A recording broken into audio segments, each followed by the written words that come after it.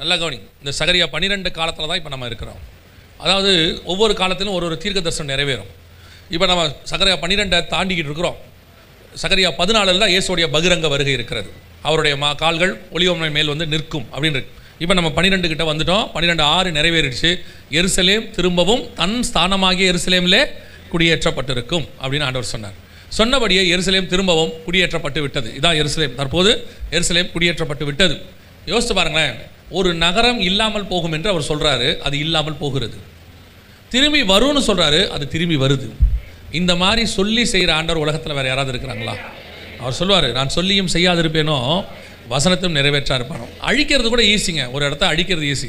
திரும்பவும் அதே இடத்துல அதே ஸ்தானத்தில் அதே மாதிரி ஒரு நகரத்தை அதே நகரத்தை திருப்பி கொண்டாடுறதுங்கிறது நம்முடைய தேவனால் மட்டும்தான் முடியும், வேறு யாராலையும் முடியாது. இன்றைக்கி எத்தனை நகரம் இந்த பூமியில் கோல் வச்சுட்டு இருந்துச்சு தெரியுமா? ஒரு 4000 வருஷமாக தீருன்னு ஒன்று இருந்துச்சு, நினிவேன்னு ஒன்று இருந்தது, பாபிலோன்னு ஒன்று இருந்தது. எத்தனையோ பட்டணங்கள், அதாவது கிரேக்க பட்டணங்களாக இருக்கட்டும், ரோம பட்டணங்களாக இருக்கட்டும், எத்தனை பட்டணம், பெர்கமுவாக இருக்கட்டும், எல்லாம் காணாமல் போச்சு.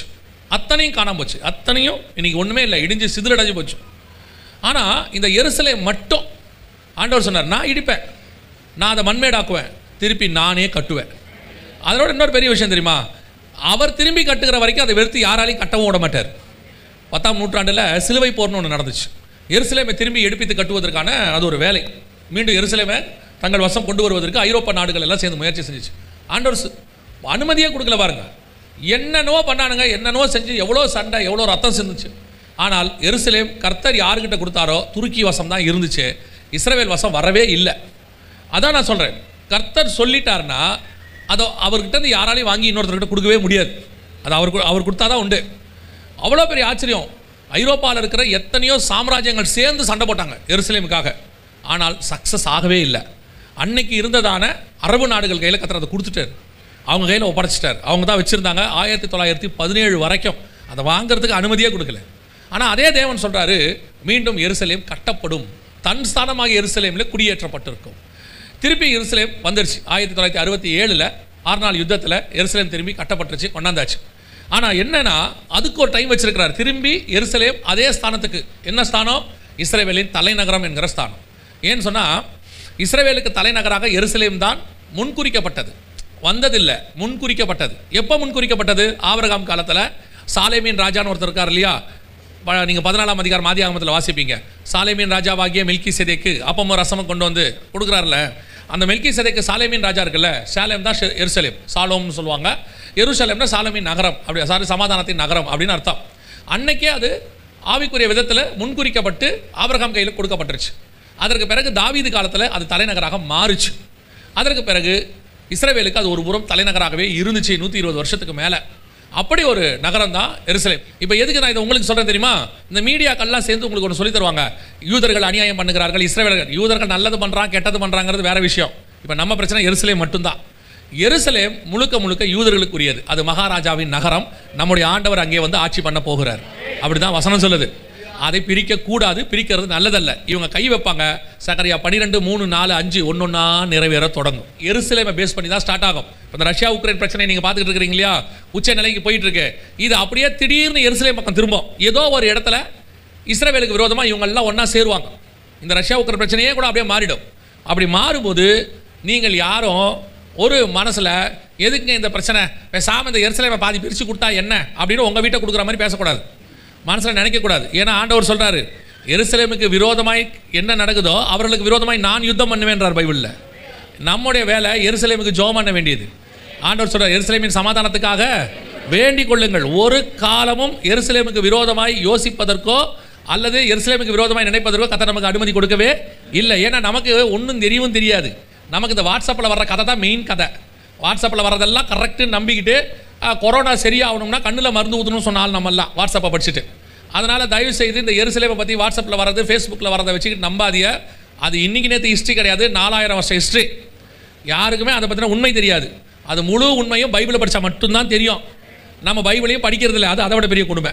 இப்போ நீங்கள் யாரும் பாதி பேர் பைபிளே வாசிக்கிறது நிறுத்திட்டியா? ஏன்னா இப்போ எல்லாருமே ஆன்லைனில் பைபிள் வாசிக்கிறவங்க. அந்த அளவுக்கு நீங்கள் டெக்னாலஜியில் டெவலப்மெண்ட்டில் இருக்கிறீங்க. அதனால் ரொம்ப நல்லா கவனிச்சுக்கொள்ளுங்க. எருசலேமுக்கு விரோதமாக ஒரு யுத்தம் ஆரம்பிக்க போகிறது. இந்த ரஷ்யா பிரச்சனை அப்படியே எருசலேமுக்கு விரோதமாக மாறி துருக்கியோ ரஷ்யாவோ முன்னின்று இந்த யுத்தத்தை நடத்துவார்கள். அப்பொழுது எருசலேமை 2ஆக பிரிக்க சொல்வார்கள். அந்த யுத்தமானது 3ஆம் உலக யுத்தமாக மாறி மிகப்பெரிய உயிர் சேதத்தை இந்த உலகத்தில் ஏற்படுது. எதுக்கு சொல்கிறேன்னா, 1ஆம் உலக யுத்தமும் இருக்கட்டும், 2ஆம் உலக யுத்தமும் இருக்கட்டும், மறைமுகமாக இஸ்ரவேலுக்கு ஆதரவானது. அது எப்படின்னு கேட்டிங்கன்னா, முதல் உலக யுத்தம் முடியும் போது இஸ்ரவேலுக்கு தேசம் கிடச்சிச்சு. 2ஆம் உலக யுத்தம் முடியும் போது இஸ்ரவேலுக்கு ராஜா கிடைச்சார். 3ஆம் உலக யுத்தம் முடியும் போது இஸ்ரவேலுக்கு தலைநகராக எருசலேம் ஸ்டடியாக மாறிடும். அங்கே தேவாலயமும் வரப்போகுது. ஸோ இப்போ வேதம் சொன்னபடி 2வது எருசலேம் நம் கண்களுக்கு முன்பாக தலைநகராக மாறிடுச்சு. நல்லா தெரிஞ்சுக்கொள்ளுங்க.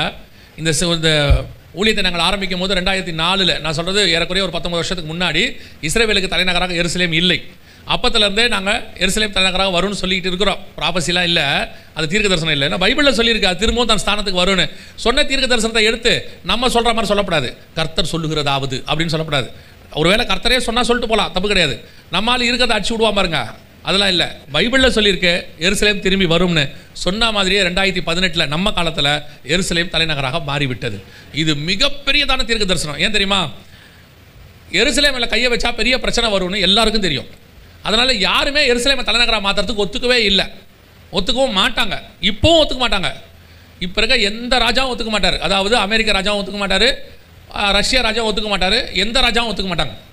ஆனால் ஆண்டவர் சொன்ன நேரம் வந்துச்சு. கரெக்டாக 2018 இஸ்ரவேல் உருவாகி 70வது வருஷம் அது தலைநகராக மாறணும். திடுத்திடுப்புன்னு ட்ரம்ப்னு ஒரு ஆள் வந்தாப்புல. எங்கேருந்து வந்தானே தெரியாது, திடீர்னு வந்தாப்புல. அந்த ஆள் பிஸ்னஸ் தான் பண்ணிட்டு இருந்தார். திடீர்னு அவருக்கு ஆசையாகி போச்சு. ஆண்டவர் விருப்பம் செய்ய உண்டாக்குற ஆண்டவர், நீ போய் ஜனாதிபதிக்கு நில்லு, இந்த ஆடு மேய்க்கிறவன ராஜாவை அபிஷேகம் பண்ணுற மாதிரி. ட்ரம்ப் பாட்டுன்னு விளையாடிட்டு இருந்தாப்புல WWF. அவரை கூப்பிட்டு நீ போய் பிரதமராக நில்லுன்னு, ஜனாதிபதிக்கு நில்லுன்னாரு. அவரும் நின்றுவிட்டார். இவங்கெல்லாம் சேர்ந்து சொல்லிட்டாங்க ட்ரம்ப் தோற்றுருவாருன்ட்டு. ட்ரம்ப்புக்கே தெரியும் அவர் தோற்றுருவாருன்னு. ஏன்னா ட்ரம்ப்புக்கு யாரும் ஓட் போட மாட்டாங்க. ஆனால் ஆண்டவர் ட்ரம்ப்பை செலக்ட் பண்ணினார், அவர் அபிஷேகம் பண்ணினார். நீங்கள் இப்பவும் நினச்சிக்கோங்க, உங்கள் உட்கார வைக்கிறது சர்வ வல்லமை உள்ள தேவன். ராஜாக்களை தள்ளி ராஜாக்களை உருவாக்குறவர். நீங்கள் நினச்சிக்காதீங்க நாம தான் ஓட்டு போட்டு கொண்டாந்துருக்குறோன்னு. நீங்கள்லாம் ஒரு காலத்தில் பேப்பரில் போட்டிங்க, இப்போ பட்டனில் போடுறீங்க. பேப்பரில் போடும் போது கள்ள ஓட்டு போட்டான், பட்டனில் போடும் போது போடுறான். நீங்கள் போடாமல் அரை மணி நேரம் லேட்டாக போனீங்கன்னா உங்கள் ஓட்டியே போட்டுருவான். எத்தனையோ பேர் ஓட்டை போட்டாங்க. நல்ல ஓட்டு கள்ள ஓட்டு காலம் அதெல்லாம் நமக்கு தான். தேவனை பொறுத்த வரைக்கும் ராஜான்னு ஒருத்தர் உருவான காலத்திலேருந்து ராஜாக்களை உருவாக்குறவர் அவர் தான். அவர் கையில் தான் இருக்கு. நீங்கள் என்ன தான் 72 மணி நேரம் கதறி கதறி ஜோம் பண்ணாலும் நீங்கள் சொல்கிற ஆள் வராது, அவர் சொல்கிற ஆள் தான் வரும். நம்ம ஆள் கதறி கதறி ஜோம் பண்ணுவான். அதான் ஆனால் நம்ம நாசுக்காக ஜோம் பண்ணுவான். ஆண்டவரே உமக்கு சித்தமானவனை. மனசில் மட்டும் ஒரு ஆள் இருக்கும், அந்த சித்தமான ஆள் இவனே டிசைட் பண்ணி வச்சிருப்பான். இவர் வந்தால் நல்லாயிருக்கும், கிறிஸ்தவர்களுக்கு ரொம்ப ஆதரவாக இருக்கும்னு. இவன் எப்போ ஜெபம் பண்ணுறானோ அதுக்கு ஆப்போசிட்டாக ஒரு ஆள் வந்துடும். பார்த்துருக்கீங்களா?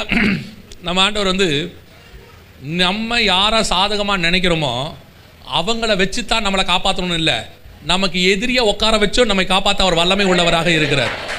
நீங்கள் நம்ம ரொம்ப பயப்படுறோம் விசுவாசிகள். ஐயோ அவர் வந்தால் ஆயிரும், இவர் வந்தாயிரும். எவர் வந்தாலும் ஆகாது. பூமியின் ராஜாக்களுக்கு அதிபதி ஆண்டவராக இயேசு கிறிஸ்து வெளிப்படுத்தின விசேஷம் 1ஆம் அதிகாரம் 5வது வசனம் சொல்லுது. அத்தனை பேருக்கு அமெரிக்க ஜனாதிபதியில் ஆரம்பித்து அத்தனை பேருக்கு ராஜா இயேசு கிறிஸ்து தான். இயேசு கிறிஸ்துவை பேசிவிட்டு ஒரு பையன் இருக்க முடியாது, தெரியுமில்ல? பேசின பையெல்லாம் காணாம போயிடுவான். ஆனால் அவனுக்கு என்ன தெரியுமா, பேசும்போது இறங்கி அடிக்க மாட்டார். அதனால் அவன் நினச்சிக்கிறான் ஒன்றும் நடக்காதுன்னு. ஊரை விட்டு அடிக்கிறதுன்னு பேர், அதுக்கு பேர். அப்படியே விட்டுருவார் கொஞ்ச நாள் கழித்து பார்த்தீங்கன்னா காணாம போயிடுவான். சபைக்கு விரோதமாக எழும்பின எத்தனையோ பேர், கம்யூனிசம், நாசிசம், பாசிசம், எத்தனை சீசர்கள் எல்லாம் எழுப்பிட்டான். அத்தனை பேரும் காணாம போயிட்டான். சபை மட்டும் நிற்கிது. ஒரு நாளும் சபை காணாமல் போகாது. சபைக்கு விரோதமாக எழும்பினவர்கள் காணாமல் போவார்கள். எல்லாரும் சொல்லுவான். அப்படி ஆக்கிற ஒருத்தர் சொன்னார், 2021 கிறிஸ்தவர்கள் இந்தியா விட்டு வெளியே போடணும். இப்போ அவர் எங்கன்னே தெரில. இப்போவும் சொல்கிறேன், நாங்கள் அத்தனை பேரும் இந்தியா விட்டு வெளியே போக தயாராக இருக்கிறோம். இப்போ இல்லை, இயேசு வரும்போது நாங்கள் பரலோகத்துக்கு போக தயாராக இருக்கிறோம். அதுக்கு அப்புறம் தான் உங்கள் கதை தெரியும். நாங்கள் இருக்கிற வரைக்கும் என்ன பாதுகாப்பு இருந்தது என்பதை சபை எடுத்துக்கொள்ளப்பட்ட பிறகுதான் இந்த பூமி பார்க்கும். இந்த பூமி எப்போ தெரியுமா? இந்த ஒரு இவனுங்க இருந்தாங்க, அந்த இடம் ஒழுங்காக இருந்துச்சு, இவங்க போனாங்க, இப்போ ஜெபிக்கிறதுக்கு கூட ஆள் இல்லை அப்படின்னு நினைக்கிற காலம் ஒன்று வரும். நம்ம ஆண்டவர் அப்படி தான் செய்வார். அல்லேலூயா. அதனால் சபையை யாரும் எதுவும் எப்பவும் செய்ய முடியாது. அது பாதாளத்தின் வாசல்கள் சபையை மேற்கொள்ளவே கொள்ளாது. அல்லேலூயா. எருசலேம் திரும்பவும் தன் ஸ்தானமாக எருசலேமுக்கு வந்துருச்சு.